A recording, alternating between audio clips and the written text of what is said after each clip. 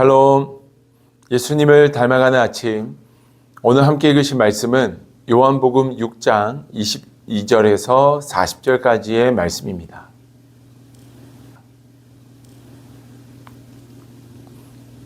이튿날 바다 건너편에 서 있던 무리가 배 한 척 외에 다른 배가 거기 없는 것과 또 어제 예수께서 제자들과 함께 그 배에 오르지 아니하시고 제자들만 가는 것을 보았더니 그러나 디베랴에서 배들이 주께서 축사하신 후 여럿이 떡 먹던 그곳에 가까이 왔더라.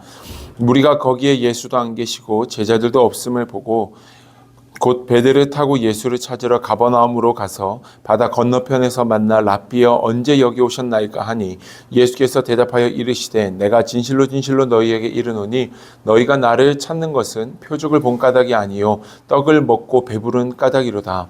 썩을 양식을 위하여 일하지 말고 영생하도록 있는 양식을 위하여 하라.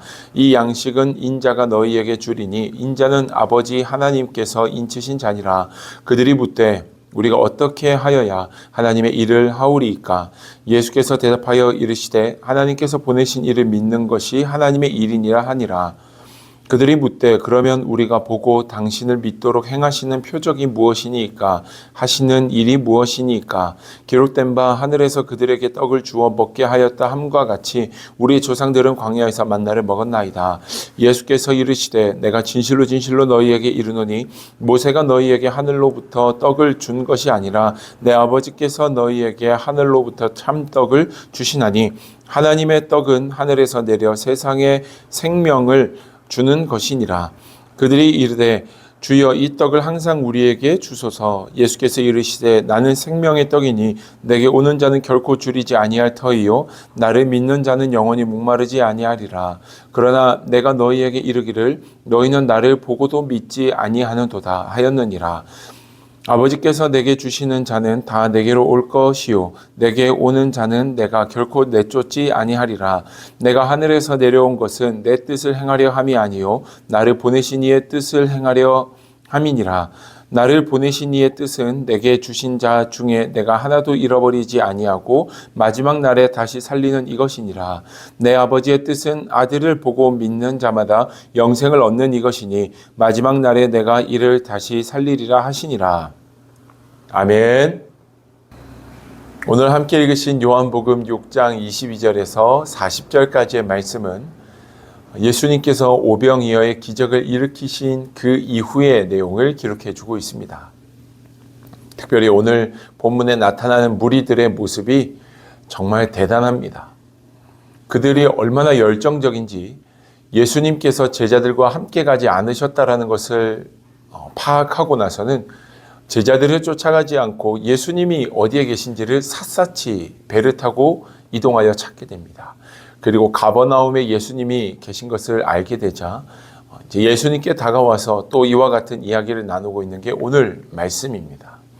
예수님께서는 그들이 무엇을 원하고 예수님을 쫓아왔는지 이미 알고 계셨습니다. 그들이 예수님을 믿어서가 아니라 예수님께서 그들을 배불리 먹이셨다라는 것을 알고는 또 그들이 예수님을 통해 배부르고 싶은 마음으로 예수님을 쫓아왔다는 걸 이미 다 알고 계셨습니다. 예수님은 그들에게 믿음을 강조하시지만 그들은 표적을 구하고 있습니다.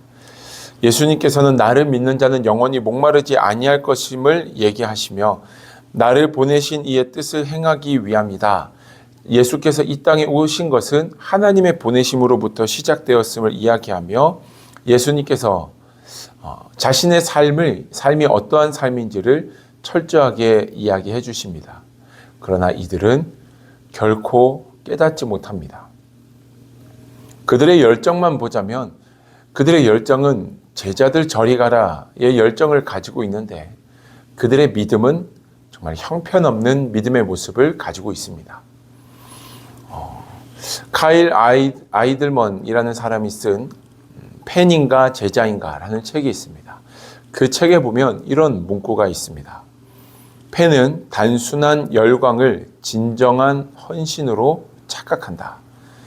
예수님에 관한 지식을 깊은 친밀감으로 오해한다. 행동하지 않고 말로만 때우려 한다. 팬의 가장 흔한 증상 중 하나는 자신이 제자라고 절대적으로 확신한다. 이 팬인가 제자인가라는 책에 이와 같이 기록이 되어 있습니다. 그러면서 이 책에서는 진정한 믿음에는 많은 것들이 따라와야 되지만 그 중에 중요한 한 가지가 있다면 진정한 믿음에는 따름, 즉 순종, 믿음의 행동이 따라와야 함을 이야기하고 있습니다. 목적을 잃어버린 단순한 열심이 아니라 정말 예수 그리스도가 우리의 삶의 전부가 되시고 예수 그리스도가 목적이 되시는 그러한 믿음의 삶을 살아가는 자들만이 진정한 제자이다 라고 그 책에서는 이야기해 줍니다. 여러분, 오늘 본문 말씀에 나타나는 이 무리들의 모습은 제자의 모습과는 많이 거리가 먼 것 같습니다.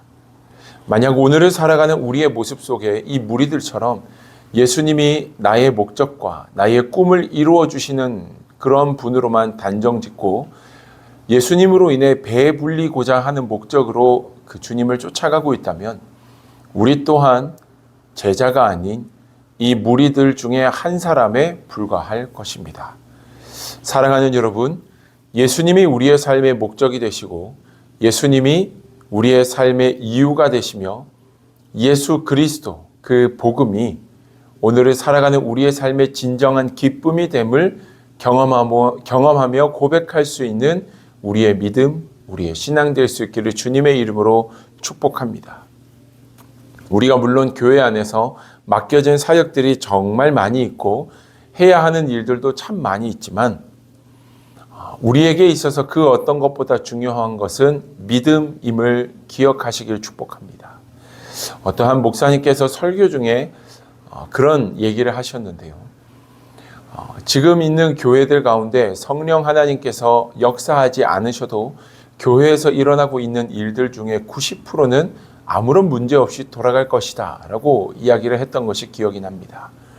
하나님께서 주인 되시지 않아도 우리의 사역이 이미 너무나도 많이 정착이 되어 있고 마치 일이 되어 있기에 많은 일들을 또 감당하고 있기에 하나님께서 성령께서 함께 하시지 않으셔도 전혀 문제가 되지 않고 교회의 90%는 돌아간다라는 그 말. 어떻게 보면 굉장히 뼈가 있으며 우리의 믿음, 우리의 신앙을 다시 한 번 더 되돌아보게 하는 그런 말인 것 같습니다. 하나님, 나에게 진짜 믿음을 허락하여 주셔서 오직 주님만, 예수 그리스도가 내 삶의 목적과 이유 되시며 그 주님과 동행하며 나아가는 나의 삶이 되게 하여 주시옵소서.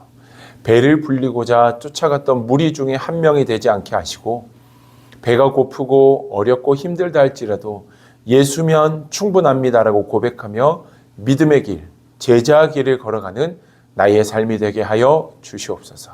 오늘 우리의 믿음의 고백될 수 있기를 주님의 이름으로 축복합니다. 기도하겠습니다.